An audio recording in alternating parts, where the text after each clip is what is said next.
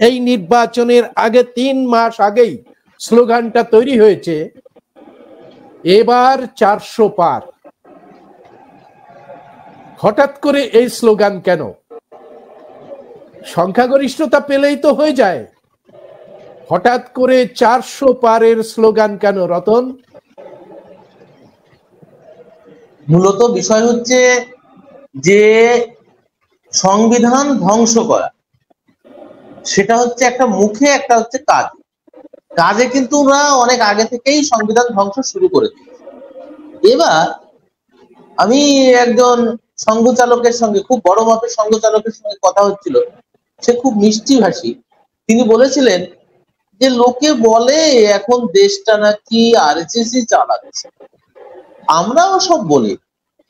অর্থাৎ মূলত আরএসএস এর তো দুটো লবি, একটা হচ্ছে গুজরাট লবি, একটা নাগপুর। এবার এই নাগপুর লবিটা কিন্তু এখন চুপচাপ রয়েছে।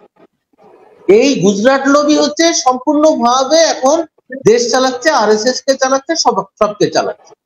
এবার সেই জায়গায় দাঁড়িয়ে যখন এই ধরুন আমি কাজ করছি, কিন্তু মুখে বললাম যে এটা করিনি বা করব না, কিন্তু কাজেই তো, ফলেই তো পরিচয়।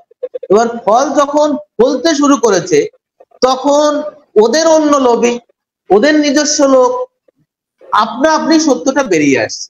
এবং সেই বেরিয়ে আসছে বলেই আমরা একদম বুঝে দিচ্ছি যে এই যে দেখুন যে পাশই হয়ে গেছে, এক দেশ এক নির্বাচন। মোদির উপরে যে দোষারোপ চালাচ্ছে যে সংবিধান এরা পাল্টে দেবে, সংবিধান কি পাল্টানো যায়? মোদি পাল্টাতে পারে? সংবিধান কি রাষ্ট্রনায়ক পাল্টাতে পারে? সংবিধান কি রাষ্ট্রপতি পাল্টাতে পারে?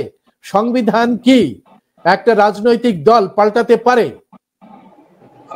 এ পর্যন্ত যেটুকু দেখা গেছে সংবিধান সংশোধন করা সম্ভব, কিন্তু মূল ধাঁচা যেটা 1973 থেকে ভারতী মামলায় সুপ্রিম বলে দিয়েছে, বেসিক স্ট্রাকচার চেঞ্জ করা যাবে না।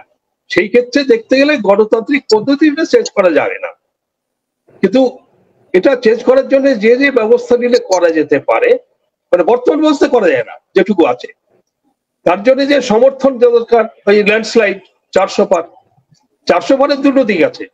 একটা তো 400 পার বলে দেওয়া মানে সারা ভারতবাসীকে, বিশ্ববাসীকে জানিয়ে দেওয়া যে আমরা একবার ক্ষমতায় আসছি, এবং সংখ্যাগরিষ্ঠ অংশের অ্যাবসলিউট মেজরিটি নিয়ে বিপক্ষ নস্যাৎ করে দাও, আগেই মরালি ডাউন করে দাও, নস্যাৎ করে জনমত তৈরি করে ফেলো, ওরাই জিতছে, ভোটে লাভ হবে। আর একটার মধ্যে ওইটাই লুকিয়ে আছে। আমরা যদি ল্যান্ডস্লাইড নিয়ে আসতে পারি 400 পার, অর্থাৎ 2/3 মেজরিটি নিয়ে যদি আসতে পারি, তার জন্য লোকসভা যে যে প্রসেস গুলো রয়েছে রাজ্যের দিয়ে, তারপরেও গিয়ে যে আমাদের লোকসভাতে যদি 2/3 মেজরিটিও আসে, মেজরিটি 400 ধরলে, হ্যাঁ ওগুলো গেল, ওগুলো তারা পেয়ে গেল, রাজ্যেও পেয়ে গেল, রাজ্যেরও সমর্থন দরকার হবে, সেটাও পেয়ে গেল। কিন্তু আরেকটা হার্ডেল থাকছে সুপ্রিম কোর্ট। সংবিধানকে অ্যামেন্ড হয়েছে, অনেকবার অ্যামেন্ড হয়েছে, এবং সংবিধানের, আপনি যেটা বললেন, সংবিধানের ধাঁচাটাকে ঠিক রেখে সেটাকে অ্যামেন্ড হয়েছে। কিন্তু সংবিধান গোটাটাই পরিবর্তন করতে গেলে যে 368 ধারাতে যে পদ্ধতিগুলো বলা হয়েছে, সেই পদ্ধতির মধ্যে স্পেশাল মেজরিটির কথা বলা হয়েছে, এবং বলা হয়েছে যে একটা ফেডারেল স্ট্রাকচারকে যদি চেঞ্জ করতে হয় তাহলে তাকে এই স্পেশাল মেজরিটির মধ্যে যেতে হবে, 2/3 মেজরিটি আনতে হবে পার্লামেন্টের, মানে লোকসভাতে, এবং রাজ্যসভার 2/3 মেজরিটি। এখন ধরি 400 যদি হয়, 400 লোকসভাতে, 400 হলো। বিজেপি রাজ্যসভাতে সদস্য কত? 400 আর হচ্ছে 120।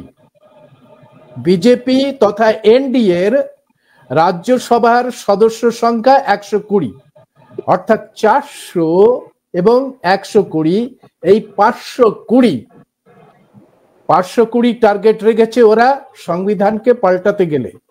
সংবিধানকে পাল্টাতে গেলে 788টি যে মেম্বারশিপ রয়েছে সেই মেম্বারশিপের মধ্যে 525টি অবশ্যই পেতে হবে এই সংবিধান পাল্টাতে গেলে সংবিধানের ধারা অনুসারে, অর্থাৎ বাকি থাকছে 5টি। 520টি অলরেডি হয়ে যাচ্ছে যদি 400 পার হয়, আর হচ্ছে রাজ্যসভার 120, 520 আর 5টি। এই 5টি তো ওই ভাড়েকা টাট্টু আছে, অনেকে ভাড়েকা টাট্টু, সে ভাড়েকা টাট্টু ওরা জানে পেয়ে যাওয়া যাবে। এই পরিকল্পনা করে কি ওরা 400 পার বলছে? আসল টার্গেট কি তাহলে 400 পার মানে হচ্ছে সংবিধানে শেষ করা? মিলন, কি মনে হয়? এই যে ভয়ঙ্কর ক্যালকুলেশন, সেই ক্যালকুলেশন করার পরে তারা দেখেছে 400 পার না করতে পারলে, তারা তো বলতেই পারতো যে 1/3 মেজরিটি আমরা পেয়ে গেলে আমরা অ্যাবসলিউট ক্ষমতা থাকবো, কিন্তু 400 পারটা কেন বললো? তাহলে কি টার্গেট, আলটিমেট টার্গেট হচ্ছে ইউসিসি করতে গেলে সংবিধানটাকে ভেঙে দিতে হবে? মিলন, কথা হচ্ছে ফ্যাসিবাদী, এই যে ভারতীয় ফ্যাসিবাদী গ্রুপটা, এটা মনে করলে হিটলার বা মুসোলিনির স্টাইলে ভারতে ক্ষমতা দখল করতে পারত, কিন্তু ওদের বাধা হয়ে দাঁড়িয়েছে ভারতের এই সংবিধানটা। একেবারে। তো এই সংবিধানটা ওদের কাছে একটু বাধা হচ্ছে, এবং ওদের মনুসংহিতা কায়েম করার ক্ষেত্রে, সেক্ষেত্রে ওরা সাংবিধানিক পথে যদি তারা ফ্যাসিবাদ কায়েম করতে পারে, সেটাই হচ্ছে এরই ক্যালকুলেশন। তো ওই যে হিসাবটা আপনি বললেন যে জয়েন্ট মিটিং এ মাধ্যমে যখন মেজরিটি যখন রাজ্যসভায় থাকে না, তখন যৌথ সম্মেলনের মধ্য দিয়ে ওই জায়গাটা কভার করে নেওয়া যায়। আসলে মূলত এখানে যারা নিপীড়িত হবে তারা হচ্ছে দেশের মূল ভারতীয় মানুষরা।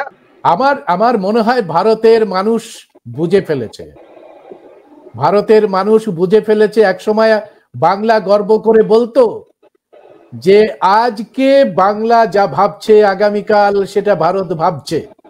এখন ঠিক উল্টো হচ্ছে, যে বাংলায় প্রায় ভিক্ষার ঝুলি শূন্য নিয়েই বিজেপিকে ফিরতে হবে, এরকম সাড়া দেখা যাচ্ছে। 2 নাম্বার হচ্ছে যে আজকে মোহন ভগবতের টনক নড়েছে, প্রধানমন্ত্রীর টনক এমনিতে নড়েনি, অমিত শাহর গলা বন্ধ হয়ে এমনিতে যায়নি। কারণ হচ্ছে ভোটের রেজাল্ট। আমি যে সমস্ত ভোট বিশেষজ্ঞদের সাথে আজকে এই অনুষ্ঠান করার জন্য কথা বলছি, তারা একটা সুন্দর তালিকা আমাকে দিয়েছেন। এই নির্বাচন বিজেপি আরএসএস এর কাছে একটা ডিজাস্টার হতে চলেছে, আর সেই কথাটাই ধরে ফেলেছে গোপনে হিন্দি বলয়ের ভোটারেরা। যে মুহূর্তে 400 পার স্লোগান দিয়েছে, সেই মুহূর্তেই তারা বুঝে নিয়েছে যে এরা আসলে ভারতের সংবিধানটাকে ভেঙে ইউসিসি করতে চায়, আর সংবিধান যদি চলে যায় তাহলে ভারতের জনগণের কোনো মূল্য থাকবে না। তাই ভোটের দ্বিতীয় দফা যে বুথ ফেরত সমীক্ষা সম্পূর্ণভাবে মোদি আরএসএস এর বিপক্ষে চলে গেছে।